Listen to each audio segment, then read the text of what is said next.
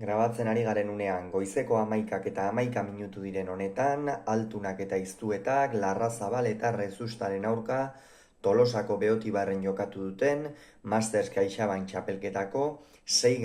jardunaldiko, 4. norgehiagokaren analisia egingo dugu, pronostikoak hausita garaipena Larrazabal eta Rezustarentzat izan da, Larrazabalek gogoratuko dugu gaur Iñaki Artolaren lekua hartu duela, Artolak nonbait arazoren bat edo beste bazuen, eta horren ondorioz ez du jokatzerik izan, eta bere ordez Iker Larrazabal aritu da Tolosan. Gogoratuko dugu, lehenik eta behin altunak eta iztuetak, aurreko jardunaldian, irabazi egin zietela Laso eta Tolosari, 22 eta 19 emaitzarekin Zarauzko Ariz bat alden.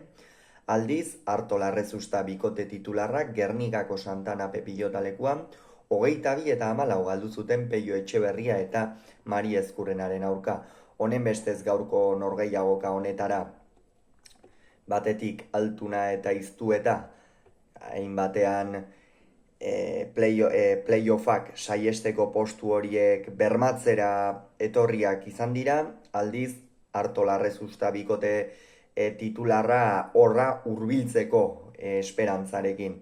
Partida hasiera gorrien aldekoa izan da, 3 eta huts aurreratu dira altuna eta iztueta, eta Larrazabal apur bat hasiera horretan urduri xamar ikusi dugu, ez? Eta normala da izan ere, Iker Larrazabalek lehen urtean Mastersean titular moduan jokatu zuen, Zabaletarekin batera, aurtengoan ez dute sartu beste klase bateko norgehiagokak jokatzen ari da momentuz, baina esan behar dena da Amurrioarrarentzat gaurko partida oso garrantzitsua zela. Azken urte honetan gorakada handia egin du, buruz buruko promozio txapelduna da, eta hori gauza handia da, Binaka ere finalera sartu zen, eta hor jada promozio mailan asentatuta dagoen pilotaria izateaz gain, pixkanaka gora nabarmen egiten ari dena da, eta gaurkoan ez zuen bat ere azterketa erraza, Iñaki Artolaren lekuan Beñat Rezustarekin eta aurrean egungo izar nagusia edukita, kasu honetan Jokin Altuna, etzen inondik inora ere frogarik errazena, baina bikain bete du, eta esan dugu hasiera horretan behar bada urduri xamar ikusi dugu, Beñat Rezusta ere ez dugu freskotasun handiarekin ikusi, baina gerora norgehiagoka era bat aldatu da.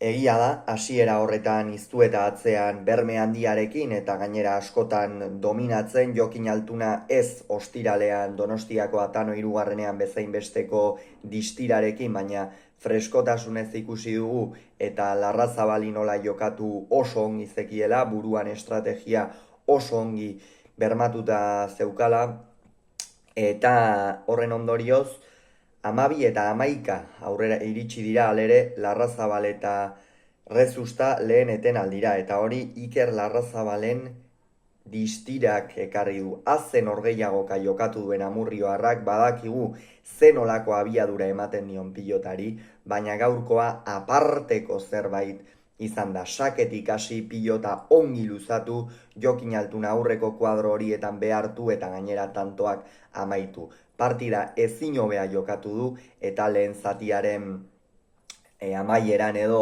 hori hasi da, errezitaldi hori hasi da, Beñat Rezusta ere pixkanaka asentatzen ari zen, lehen zatian batez ere Jokin Altunak bien tartera botatzen zituen azpiko pilota horietan asko sufritu du bergararrak, baina gerora dominatzen hasi denean Martxel Iztuetari gainera pilota asko ezkerrean sartzen zizkion, eta badakigu Iztueta bi eskuak dituen pilotaria dela, baina noski ezkerrarekin kentzeko zailtasun handiagoak ditu, atzelari guztiak bezala, eta hori lortu dute, eta horren ondorioz Jokin Altuna ere partidatik irtetea, une horretan irtetea lortu dute, eta 12 eta 11 aurreratu dira. Gerora baina berriz ere tenalditik bueltan Martxel freskoago ikusi dugu, lehen zatia nahiko erasan da amaitu du, gero berriz ere berehala akitu da, baina Jokin Altunakor sekulako errezitaldia eman du berriz ere, Ormabikoarekin, ezker gantxoarekin, boleaz, dejadaz tanto asko amaitu ditu, baina egia da grazia handiarekin galdutakoak izan badira ere tanto batzuk galdu dituela. Eta hor ere gakoa egon da. Halere, Larrazabalek eta Rezustak ez diote muzin egin inondik inora lanari, jarraitu dute lanean, Martxeliztu eta alik eta gehien behartzen, Jokin Altunari aurrean Larrazabalek abiadurarekin jokatu dio, eta 18 eta 17 iritsi dira bigarren etenaldira aurretik Altuna eta Iztu eta, baina partida ikusten zen edozein aldera erori zitekeela. 20 eta 18 aurreratu dira Larrazabal eta Rezusta. Larrazabalek azken zati horretan sekulako defensa erakutsi du, Jokin Altunak behartu duelako, baina defensa ikeragarria erakutsi du.